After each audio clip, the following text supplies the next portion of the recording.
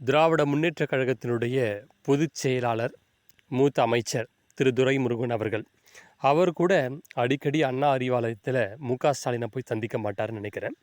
ஏன் உதயநிதியே தன் தந்தையை போயிட்டு அடிக்கடி அண்ணா அறிவாலயத்தில் சந்திக்க மாட்டார்.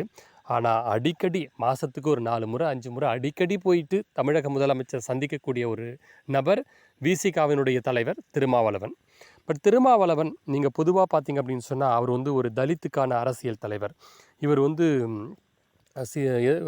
பகுத்தறிவு மிகுந்த ஒரு தலைவர், தொலைநோக்கு சிந்தனை கொண்ட ஒரு தலைவர் அப்படின்லாம் இங்கே நிறைய அரசியல் விமர்சகர்கள், நம்ம மணி, மூத்த பத்திரிகையாளர் மணி, ரவீந்திரன் துரைசாமி, இன்னும் சொல்கிற தமிழா பாண்டியா, இந்த போன்ற அரசியல் புரோக்கர்கள் நம்மளுடைய திருமாவளவனுக்கு தொடர்ந்து முட்டு கொடுத்துட்டே இருப்பாங்க. ஆனால் உண்மையை சொல்லணும் அப்படின்னு சொன்னால் திருமாவளவன் அவர்கள் ஒரு திமுகவினுடைய 100% அடிமை அப்படின்னு தான் நான் என்னுடைய கருத்து. இதற்கான காரணம் என்ன அப்படின்னு சொன்னால், இன்றைக்கி ஆதவ் அர்ஜுன ரெட்டி அவர் விசிகாவினுடைய துணை பொதுச் செயலர், உங்களுக்கு எல்லாருக்கும் தெரியும்.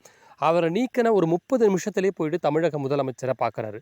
ஆனால் நம்ம இந்த முட்டு கொடுக்குற அரசியல் புரோக்கர்கள் என்ன சொல்லுவாங்க அப்படின்னு சொன்னால், அவர் அதுக்காக போய் பார்க்கல, இந்த பெஞ்சன் புயலுக்கான நிவாரண நிதியாக 10 லட்ச ரூபா கொடுத்தாரு. ஏன் நீங்கள் ஆதவ் அர்ஜுன் ரெட்டியை நேற்றே நீக்க வேண்டியது தானே? இல்லை போயிட்டு அந்த நிவாரண நிதியை கொடுத்துட்டு ஈவினிங் அவரை நீக்க வேண்டியது தானே? என்ன காரணம் அப்படின்னு சொன்னால், திமுக என்ன சொல்கிறதோ அதை தட்டாமல் செய்யக்கூடிய ஒரு அடிமை கூட்டணி கட்சி விசிகா. ஆனால் வெளியில் நெஞ்ச நிமித்தி பேசுவாங்க. இதே திருமாவளவன் வேங்கை வயல் பிரச்சனையில் தலித் மக்கள் குடிக்கிற குடிநீரில் மலம் கலந்துட்டாங்க. இந்த பிரச்சனைக்காக போயிட்டு தமிழக முதலமைச்சர் சந்திச்சிருக்காரா? ஏன் கள்ளக்குறிச்சியில் 70க்கும் மேற்பட்ட தலித் இளைஞர்கள் கள்ளச்சாராயம் குடித்து செத்துட்டாங்களே, அன்றைக்கி போயிட்டு தமிழக முதலமைச்சர் சந்திச்சிருக்காரா? அப்போலாம் சந்திக்காதவர் இப்போ மட்டும் எப்படி சந்திக்கிறாரு? இன்னும் தெளிவாக நீங்கள் பார்த்தீங்க அப்படின்னு சொன்னால், இதே ஆதவ் அர்ஜுன் ரெட்டி அவர்கள் பல மாதங்களுக்கு முன்னாடி 5-6 படங்கள் நடித்தவங்கெல்லாம் துணை முதலமைச்சராக ஆயிடுறாங்க.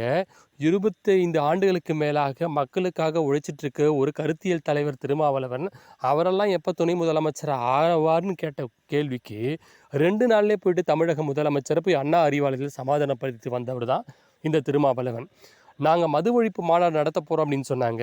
ஆனால் தமிழ்நாடு அரசே இங்கே மதுக்கடை நடத்திட்டு இருக்கு. அப்போ தமிழக அரசு அவர் எதிர்த்து மது ஒழிப்பு மாநாடு நடத்த போகிறாங்க போல் அப்படின்னு எல்லாம், ஐயோ கூட்டணி விட்டு விலக போகிறாரோ திருமாவளவன், ஐயோ கூட்டணி விட்டு விலக போகிறாரோ, திருமாவளவன் அதிமுக நோக்கி நகர போகிறாரோ, அல்ல விஜயோட கூட்டணி வைக்க போகிறாரோ, எல்லாம் பயந்தாங்க.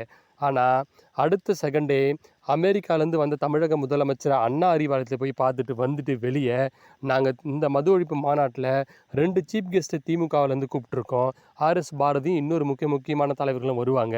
இன்னும் தெளிவாக சொல்லணும்னா இது மது ஒழிப்பு மாநாடு அப்படி இல்லை, போதைப் பொருளுக்கான மாநாடு. ஏன்னா மது மட்டும் இல்லை, இன்னும் பல போதைப் பொருட்களையும் ஒழிக்க போகிறோம் அப்படின்னு ஜகா வாங்கின நம்மளுடைய அடிமை கட்சி தான் நம்முடைய திருமாவளவனுடைய கட்சி. தான் சொந்த சாதிக்காக பிரச்சனைக்காக போயெல்லாம் தமிழக முதலமைச்சரை பார்க்க மாட்டார். தான் கட்சி எப்பயுமே உங்கள் கூட தான் நாங்கள் இருப்போம், நீங்கள் என்ன சொன்னாலும் செய்வோம் அப்படின்றதுக்காக அடிக்கடி போயிட்டு மு.க.ஸ்டாலினை சந்தித்து, நீங்கள் எத்தனை தொகுதி கொடுத்தாலும் கொடுங்க, நீங்கள் எவ்வளோ பணம் கொடுத்தாலும் கொடுங்க, நாங்கள் தேர்தல் நிதிக்காக நாங்கள் பயன்படுத்திக்கிறோம், ஆனால் உங்களை நாங்கள் எதிர்க்கவே மாட்டோம், உங்களுடைய குறைகளை நாங்கள் வெளியே சொல்லவே மாட்டோம், உங்களை ஜனநாயக முறைப்படி நாங்கள் எதிர்க்கவே மாட்டோம், நாங்கள் ஜனநாயகம்னு நாங்கள் வெளியே கத்தி பேசுவோம்.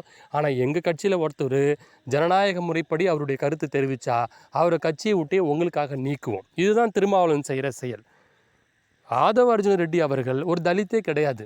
ஏன் அவர்லாம் அந்த விசிகாவில் அவர் இணைகிறார் அப்படின்னு சொன்னால், இதெல்லாம் ஒரு அடையாள அரசியல் அப்படின்னு சொன்னால், திருமாவளவன் ஆலூர் ஷானவாஸ் அப்படின்னு ஒரு எம்எல்ஏ வச்சுருக்காரு. அவர் ஒரு முஸ்லீம் அதே மாதிரி இப்போ அர்ஜுன் ரெட்டி, அதே மாதிரி சில வன்னியர்களை கூப்பிட்டு வச்சுக்கிறது, இவங்களெல்லாம் அந்த கட்சியில் இணைச்சி அவங்களுக்கு பிரதிநிதித்துவத்தை ஏதோ கொஞ்சம் கொடுத்து, தன்னுடைய கட்சி தலித் கட்சி இல்லை, நான் அடையாள அரசியல் பண்ணுறேன், நான் எல்லோருக்குமான தலைவர் அப்படின்ற ஒரு பிம்பத்தை அவர் தொடர்ந்து கட்டமைக்க பார்ப்பார்.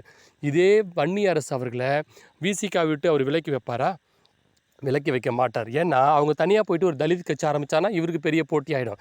இதே ரெட்டி அவர்கள் வெளியே போனாரா அவர் ஒரு பெரிய கட்சி ஆரம்பித்தாலும் தலித் அவர்கள் பக்கம் போக மாட்டாங்க. தொடர்ந்து இவர் திமுகவுக்கு கப்பம் கட்டுவதும், திமுகவுக்கு தலித் ஓட்டுக்களை வாங்கி கொடுக்கின்ற ஒரு ஏஜென்ட்டாக தான் திருமாவளவன் செயல்படுகிறார். இவரால் தலித்துக்கு எந்த பயனும் கிடையாது. தலித்துக்கான பிரச்சனைகளுக்காக இவர் அண்ணா அறிவாலயத்துக்கு போக மாட்டார். ஒவ்வொரு முறையும் திமுகவுக்கு எதிரான மனநிலை அவர்கள் கட்சியினரோ இல்லது இவர்கள் செயல்பாடு இருக்கும்பொழுது நாங்கள் நிச்சயம் உங்களுக்கு எதிராக செயல்பட மாட்டோம் என்பதை உறுதிப்படுத்துவதற்காக முதலமைச்சரிடம் சொல்வதற்காகவே இவர் அண்ணா அறிவாலயத்துக்கு செல்கிறார் என்பதுதான் இவர் மீது வைக்கின்ற குற்றச்சாட்டு.